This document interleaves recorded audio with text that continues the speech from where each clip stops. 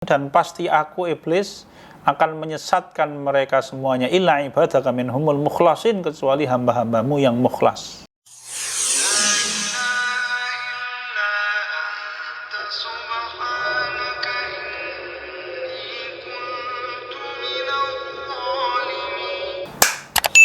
Bismillahirrahmanirrahim. Assalamualaikum warahmatullahi wabarakatuh. Alhamdulillahirrabbilalamin. Wassalatu wassalamu ala ashrafil anbiya'i wal mursalin wa ala alihi wa ashabi ajma'in. Para pemirsa sekalian yang dirahmati Allah subhanahu wa ta'ala, Allah ta'ala menjadikan kehidupan dunia kita ini sebagai ujian bagi orang-orang yang beriman. Orang-orang yang beriman diberikan oleh Allah ta'ala kemuliaan dunia dan kemuliaan akhirat, maka memang ujian yang mereka hadapi berat. Sahabat Anas bin Malik radhiyallahu anhu menyampaikan, lil mu'mini khamsu syada'id, orang mukmin itu bertemu dengan 5 perkara yang berat. Apa itu? 1, al munafiq yabghaduhu, orang munafik yang membencinya, wal mu'minu yahsuduhu, orang mukmin lain yang hasad kepada dia, wal kafiru yaqtuluhu, orang kafir yang memerangi dia, wal hawa yanzi'uhu, dan hawa nafsu yang mencabut dia dari ketaatan, wad dunya yasudduhu, dan dunia yang menghalangi dia dari mentaati Allah subhanahu wa ta'ala. Ini beratnya tekanan yang dihadapi oleh orang-orang mukmin. Orang mukmin berhadapan dengan orang-orang munafik di dalam barisannya orang-orang mukmin yang berusaha untuk mencari celah, menjatuhkan, mengalahkan orang-orang mukmin. Demikian pula mereka bertemu dengan orang-orang mukmin yang lain tetapi hasad kepada kebaikan yang dia miliki. Kemudian dia harus berhadapan dengan orang-orang kafir, setan manusia yang berusaha untuk memerangi agama Allah subhanahu wa ta'ala. Dia harus berhadapan dengan hawa nafsunya yang berusaha untuk selalu menjauhkan dia dari ketaatan. Dan dia berhadapan dengan dunia yang memang dunia itu diciptakan oleh Allah menjadi penghalang manusia untuk mentaati Allah subhanahu wa ta'ala. Tetapi kabar gembira dari Allah subhanahu wa ta'ala bahwa Allah ta'ala pasti membantu orang-orang mukmin di dalam kehidupan dunia dan kehidupan akhirat. Allah menyampaikan, a'udzubillahi minasyaitonirrajim, inna lanansuru rusulana walladzina amanu fil hayati dunya wa yauma yaqumul ashhad. Sesungguhnya kami pasti menolong, Allah subhanahu wa ta'ala pasti menolong orang-orang yang beriman, rasul-rasulnya dan orang-orang yang beriman, fil hayati dunya, di dalam kehidupan dunia ini, wa yauma yaqumul ashhad, dan di hari kiamat di mana para saksi ditegakkan oleh Allah subhanahu wa ta'ala. Jadi meskipun berat, tetapi Allah Ta'ala memberikan pertolongan yang sangat banyak, sehingga Allah mendatangkan kebahagiaan yang besar di dalam jiwa kehidupannya orang-orang mukmin dunia apalagi di akhirat. Meskipun pertolongan Allah adalah jaminan untuk orang-orang mukmin, kita orang-orang yang beriman kepada Allah harus tetap belajar dan mengetahui bagaimana cara yang dipakai oleh 5 sisi tadi itu menghalangi manusia dari jalan Allah subhanahu wa ta'ala. Mari kita bicarakan satu saja, yaitu jalan yang dipakai oleh setan di dalam menghalangi manusia untuk mentaati Allah subhanahu wa ta'ala. Ada banyak yang dipakai oleh setan untuk menghalangi manusia dari jalan Allah subhanahu wa ta'ala. Kita bicarakan beberapa rangkaian ayat. Ya kalau misalkan waktunya cukup 2 atau 3, kalau tidak ya kita bicarakan 1. Pertama, Allah Ta'ala menyampaikan di dalam surat Al-Hijr ayat 39 dan 40. Ini ucapannya iblis setelah iblis disumpah oleh Allah Ta'ala tersesat di dalam kehidupan dunia ini dan masuk neraka. Iblis mengatakan, a'udzubillahi minasyaitonirrajim, qala rabbi bima aghwaytani la uzayyinanna lahum fil ardi wa la ughwiyannahum ajma'in. Qala rabbi bima aghwaytani, iblis berkata, wahai Allah, karena engkau telah memutuskan aku sesat, la uzayyinanna lahum fil ardi, pasti akan aku jadikan manusia itu memandang baik perbuatan dosa mereka di muka bumi ini. Wala ughwiyannahum ajma'in, dan pasti aku iblis akan menyesatkan mereka semuanya illa ibadaka minhumul mukhlasin, kecuali hamba-hambamu yang mukhlas. Ayat ini Allah menyampaikan tentang cara yang dipakai oleh setan, iblis dan setan anak keturunannya untuk menjauhkan manusia dari ketaatan kepada Allah subhanahu wa ta'ala. Apa itu? La uzayyinanna lahum fil ard. akan aku jadikan mereka memandang baik perbuatan maksiat mereka di muka bumi ini. Itu yang pertama. Apa maknanya? Imam Ibnu Katsir rahimahullah menyampaikan la uzayyinanna lahum fil ardi, itu ada 4 macam. Satu, kata beliau, setan akan menjadikan manusia cinta kepada maksiat. Yang kedua, setan akan menjadikan manusia rindu kepada maksiat. Yang ketiga, setan akan menjadikan manusia terdorong kuat untuk bermaksiat kepada Allah. Yang paling akhir, setan akan menjadikan jiwa manusia itu goncang ketika meninggalkan maksiat.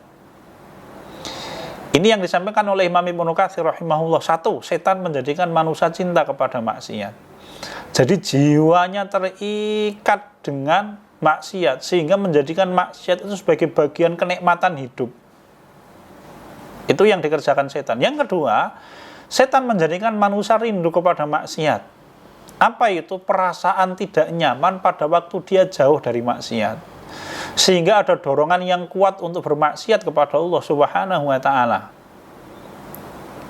Yang ketiga, setan memberikan kepada manusia dorongan apapun bentuknya. Bisa jadi maksiat itu merupakan bagian dari kebutuhan hidup.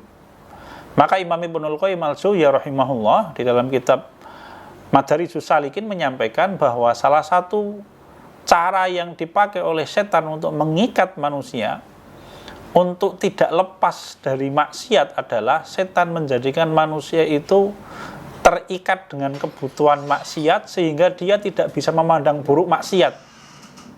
Di dalam kitab Ad-Da'u wa Dawa, Imam Ibnul Qayyim al-Jauziyah menyampaikan demikian. Kenapa? Biasanya ini adalah model orang yang mana maksiat merupakan bagian dari kebutuhan primer dia. Dia tidak bisa hidup kecuali dengan bermaksiat. Kemudian yang keempat, wa az'ajahum iz'ajan. Setan akan menjadikan manusia jiwanya goncang ketika jauh dari maksiat. Biasanya ini orang yang hidupnya sudah terikat dengan syahwat. Orang yang terbiasa minum khamr setiap hari, pada waktu dia diperintahkan untuk meninggalkan khamr, berat, jiwanya tergoncang. Orang yang terbiasa berzina, mohon maaf, maka ketika dia sudah terbiasa dan sering kali berzina, kemudian tiba-tiba suatu saat dia dipaksa oleh keadaan untuk jauh dari pasangan zinanya, pasti dia akan merasakan goncangan jiwa yang sangat berat. La uzayyinanna lahum fil ardi wa la ughwiyannahum ajma'in.